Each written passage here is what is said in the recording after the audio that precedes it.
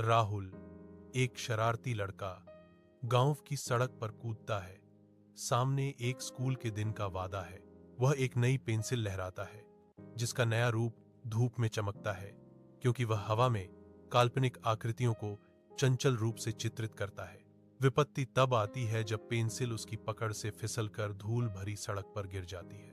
राहुल के चेहरे पर घबराहट छा जाती है, क्योंकि वह बेतहाशा खोजता है। उसके छोटे हाथ जमीन पर थपथ पाते हैं, जहां कीमती पेंसिल कभी पड़ी थी।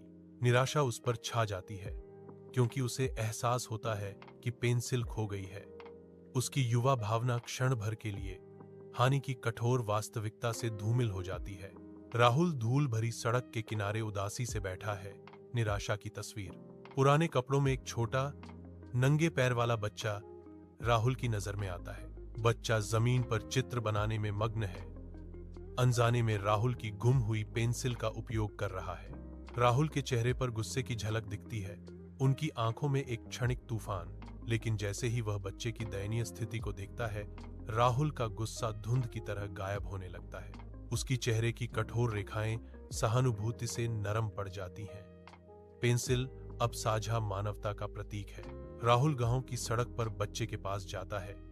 एक मुस्कान गर्मी और दयालुता बिखेरती है। राहुल के एक साधारण उपहार देने पर बच्चे की आंखें खुशी से चौड़ी हो जाती हैं, जो अप्रत्याशित उदारता का एक इशारा है। यह पेंसिल मेरी थी, लेकिन अब यह तुम्हारे पास है, जिसका मतलब है कि अब यह तुम्हारी है, राहुल ने कहा। उसकी आवाज कोमल थी। धन्यवाद, राहुल, बच्चा चिल्लाता है। उनकी कृतज्ञता धूल भरी सड़क को रोशन कर रही है। राहुल अपने घर की ओर मुड़ता है। उसका विचारशील भाव एक साधारण दान के माध्यम से सीखे गए एक गहन सबक का संकेत देता है।